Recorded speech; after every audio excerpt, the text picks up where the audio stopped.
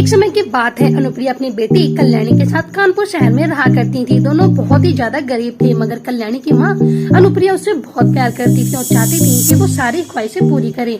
पर उसके पास इतने पैसे होते ही नहीं थे कि वो उसकी ज्यादा ख्वाहिशें पूरी कर पाए। और अपनी माँ के हालातों को देखकर कल्याणी भी कभी कभी उनसे कुछ नहीं मांगती थी और न ही किसी चीज की कोई डिमांड करती थी।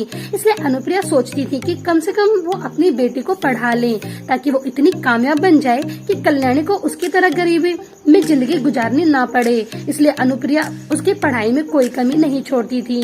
कल्याणी भी पढ़ाई में काफी होशियार थी, हमेशा पढ़ाई लिखाई में ही लगी रहती थी। साथ ही वो टूटी फूटी चीजों के साथ एक्सपेरिमेंट भी किया करती थी, जिसके चलते वो हर बार कोई न कोई चीज बना देती थी और अपनी माँ को दिखाती थी। उसने ऐसी कई चीजें बनाई थी, जैसे कि जूस की मशीन, मिक्सी ग्राइंडर वगैरह वगैरह। एक बार वो नोटिस करती हैं कि उसकी माँ जब रोटियां बनाती हैं तो उसकी माँ के हाथ जल जाते हैं, फिर भी वो रोटियां बनाती हैं, जिसे देखकर उसे काफी ज्यादा बुरा लगता है। इसलिए उसने सोचा कि क्यों ना मैं ऐसा करूं जिसकी वजह से माँ को रोटियां बनाने में आसानी हो जाए। इसलिए वो रोज कुछ न कुछ नया बनाने का ट्राई करती रहती हैं।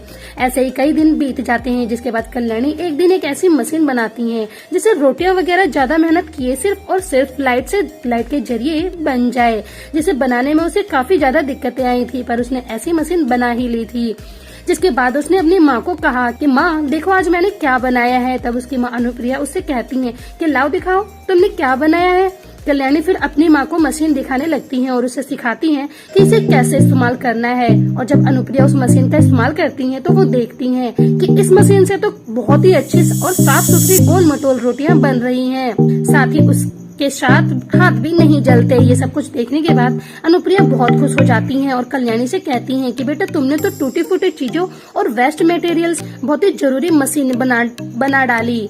तब कल्याणी कहती हैं कि माँ मुझे किसी चीज की कोई जरूरत नहीं थी, रोटी बनाते समय आपके हाथ जल जाते थे और हमारी फाइनेंशियल कंडीशन भी कितनी खराब है। इस रोटी बनाने की मशीन से हम पैसे भी तो कमा सकते हैं, इसलिए मैंने ये बनाई है।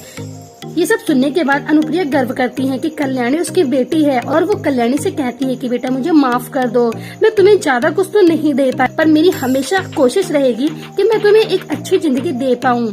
तब कल्याणी कहती है कि माँ आपने मुझे बहुत अच्छी जिंदगी दी है, मुझे इससे ज्यादा कुछ नहीं चाहिए, मेरे लिए इतना ही काफी है कि आप मेरी इतनी फिक्र करते हो और मुझसे इतना प्यार करती हो। जिसे सुनकर अनुप्रिया बहुत ही इमोशनल हो जाती हैं और कल्याणी को अपने गले से लगा लेती हैं। जिसके बाद से अनुप्रिया हमेशा उसी मशीन से रोटी बनाती हैं और अब उसने रोटी बनाने की इस मशीन से पैसा कमाना भी शुरू कर दिया था।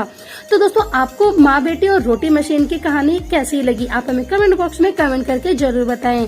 और साथ ही ऐसे ही इंटरेस्टिंग स्टोरीज सुनने के लिए आप हमारे चैनल को सब्सक्राइब करना बिल्कुल भी ना भूलें।